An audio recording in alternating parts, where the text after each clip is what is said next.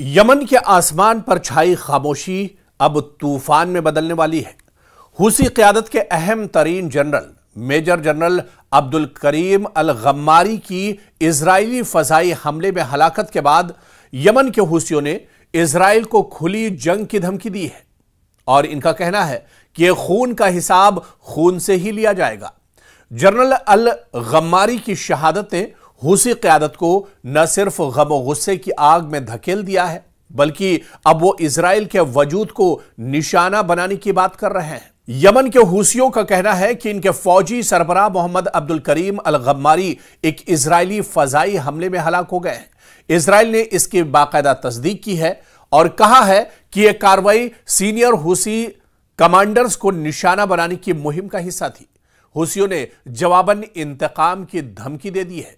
यह वाकया इस वक्त सामने आया जब गजा में जंगबंदी बरकरार है, मगर दोनों जानिब से किसी नई झड़प के लिए तैयार रहने की कैफियत एक तरह से बनी हुई है।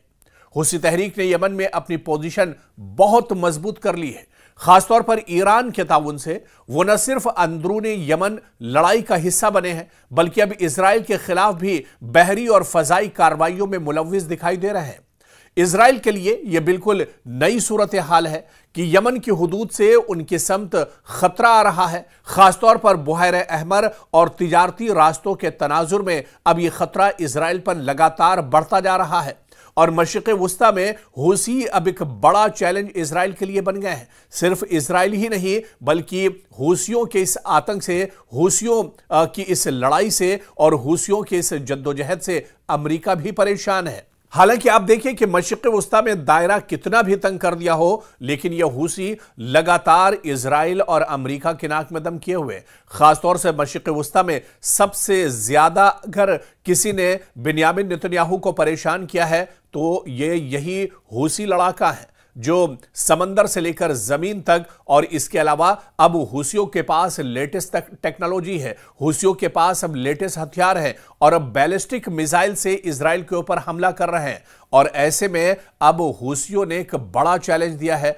हुसियों ने अब बड़ी धमकी इजराइल को एक तरह से दी है और ऐसे में बिन्यामिन नेतन्याहू की मुश्किलें और ज्यादा बढ़ गई हैं।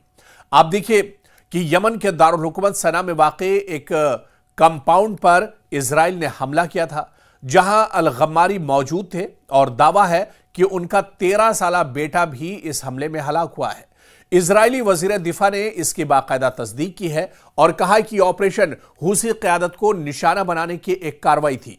हुसियों ने इस हमले के बाद बड़ा हिसाब देने का इशारा दिया है और यानी इम्कान है कि अब वो इजराइल या इसके मफादात को निशाना बनाने में मजीद सरगर्म होंगे। और एक तरह से हुसियों ने खुली धमकी इजराइल को दी है। बिन्यामिन नेतन्याहू की मुश्किलें और ज्यादा अब मशरिक़ वुस्ता में बढ़ सकती है। आप देखिए कि इलाकाई सतह पर अगर हुसी इजराइल के खिलाफ बहरी या फजाई हमले बढ़ाएंगे तो ये फिलिस्तीन इजराइल तनाज़े के साथ तीसरे महाज की सूरत अख्तियार कर सकता है। गजा लबनान के बाद यमन भी अब एक तरह से लड़ाई में सीधे तौर पर आ सकता है। बुहैरे अहमर और बाबुल मंदुब के करीब कशीदा सूरत हाल आलमी तिजारती रास्तों को और ज्यादा मुतासिर कर सकती है। खासतौर पर तेल और बहरी जहाजों की नकलो हमल पर इसका सीधा असर पड़ सकता है।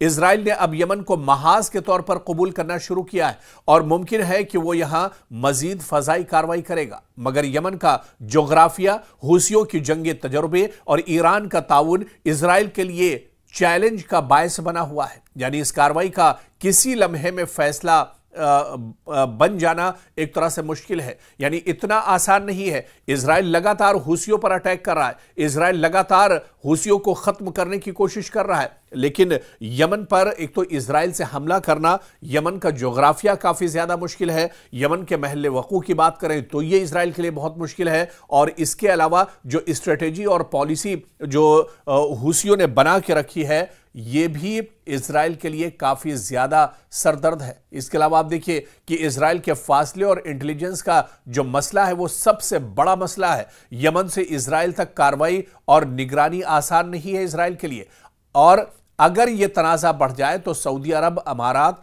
ईरान और दूसरी ताकतें इस जंग में सीधे तौर पर मुदाखलत कर सकती हैं, जो पूरे खित्ते के लिए एक बहुत बड़ा खतरा होगा।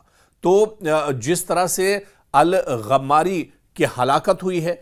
इजराइल ने बाकायदा इसकी तस्दीक की है, हूसियों ने इसकी तस्दीक कर दी और हूसियों ने इस हलाकत के बाद, मेजर जनरल गम्मारी की हलाकत के बाद, अब एक तरह से हूसियों ने खुला चैलेंज इजराइल को दिया है और इजराइल से कहा है कि वो बड़े खतरे के लिए तैयार रहे। इजराइल को नेस्त नाबूद कर देंगे। बिन्यामिन नेतन्याहू यानी अभी गजा के बड़े खतरे से निकल भी नहीं पाए थे कि अब ये एक और बड़ा खतरा बिन्यामिन नेतन्याहू ने मोल ले लिया है। जिस तरह से यमन में ये बड़ा हमला किया गया और आर्मी चीफ गम्मारी को जिस तरह से हलाक किया गया है, इनकी हलाकत के बाद अब जो हालात हैं पूरे मशरिक़ वस्ता के, पूरे खित्ते के और ख़ासतौर से इजराइल और यमन के बीच एक तरह से टकराव बढ़ता जा रहा है। हालांकि इससे पहले भी आप देखिए कि इजराइल लगातार हूसियों को ख़त्म करने के लिए हमले करता रहा है, लेकिन हूसियों की जो रणनीति है, इनका जो रोड मैप है, इसके पीछे इजराइल की एक भी नहीं चल पाती है।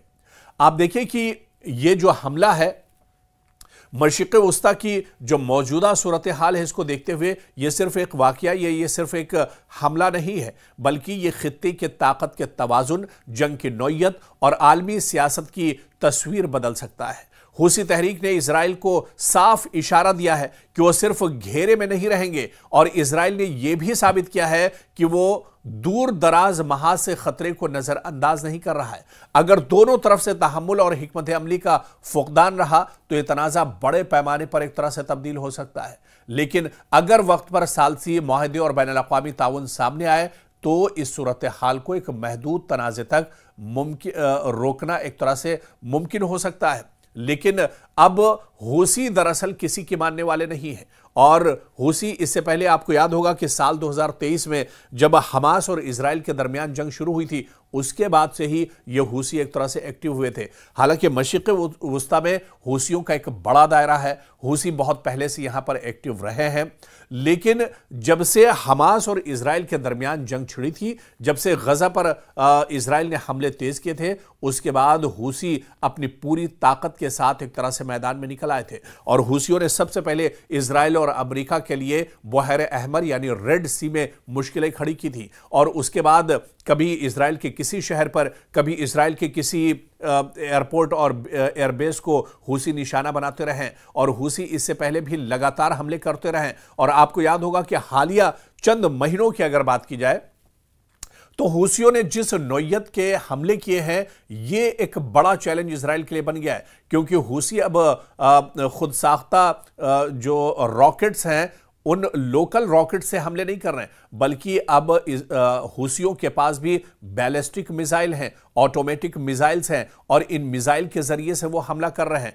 पिछले दिनों जिस तरह से इजराइल पर हमला किया गया और इजराइल के अंदर कई लोग एक तरह से हलाक हुए इस हमले में और कई लोग जख्मी हुए, यह हमला भी दरअसल बैलिस्टिक मिसाइल से किया गया था। और आपको बता दें कि इजराइल का एयर डिफेंस सिस्टम भी इस मिसाइल को नहीं रोक पाया था।